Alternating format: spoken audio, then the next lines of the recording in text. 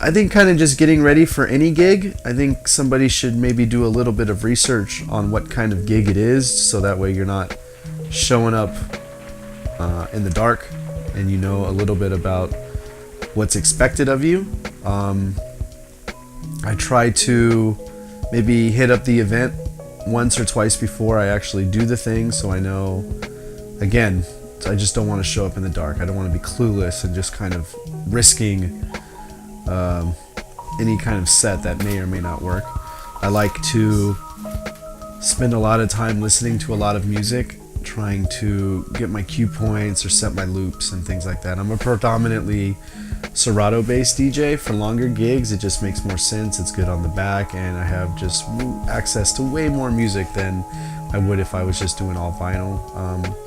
I do buy records.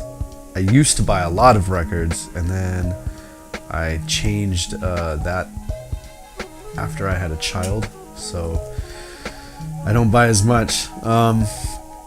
I try to, if it's a resident DJ gig, I kind of just will put a folder or two together and I just throw a whole bunch of songs in there, and then we kind of just go through it.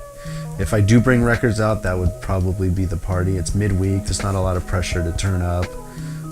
Those are my favorite kind of gigs, the low pressure opening set, kind of where we don't have to cater to folks. I'd obviously prefer to do that than please everybody on a dance floor. I know a lot of people don't feel like that.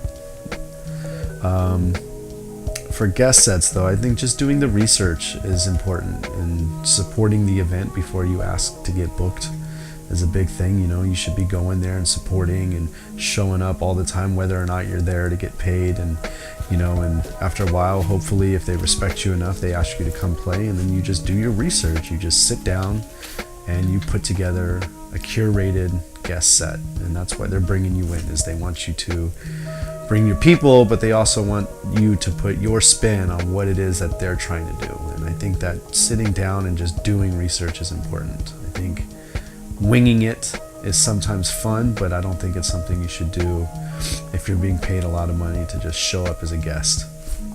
So that kind of in a nutshell is the process. It's just a lot of counting to 4, setting my cues, getting my loops together, and trying to represent myself as best as possible in all these different atmospheres. I like to play world music, I like reggae music and funk and soul. People being paid to play other people's music, this is fun. So I think you should do your homework and try to have as much fun as possible.